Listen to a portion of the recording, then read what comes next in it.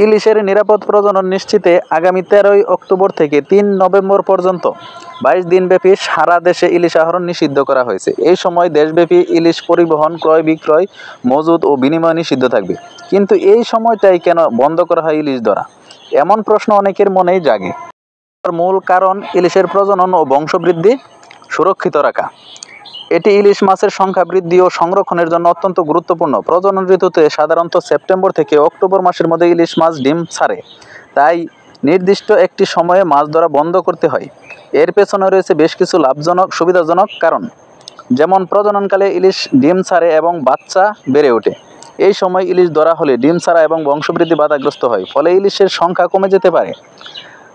প্রজননকালে ইলিশ ধরা বন্ধ থাকলে মাছগুলো নিরাপদে ডিম ছাড়তে পারে, ফলে নতুন ইলিশের সংখ্যা বাড়ে এবং সামুদ্রিক বাস্তুতন্ত্রের ভারসাম্য বজায় থাকে।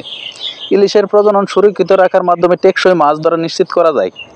দীর্ঘমেয়াদে মাছের প্রাপ্যতা বজায় রাখার জন্য এটি জরুরি। ইলিশ সংরক্ষণে বাংলাদেশ সরকার মৎস্য সংরক্ষণ আইন প্রয়োগ করে। এই আইন অনুসারে প্রজনন মৌসুমে ইলিশ ধরা, বিক্রি, সংরক্ষণ ও পরিবহন নিষিদ্ধ করা হয়, যাতে ইলিশের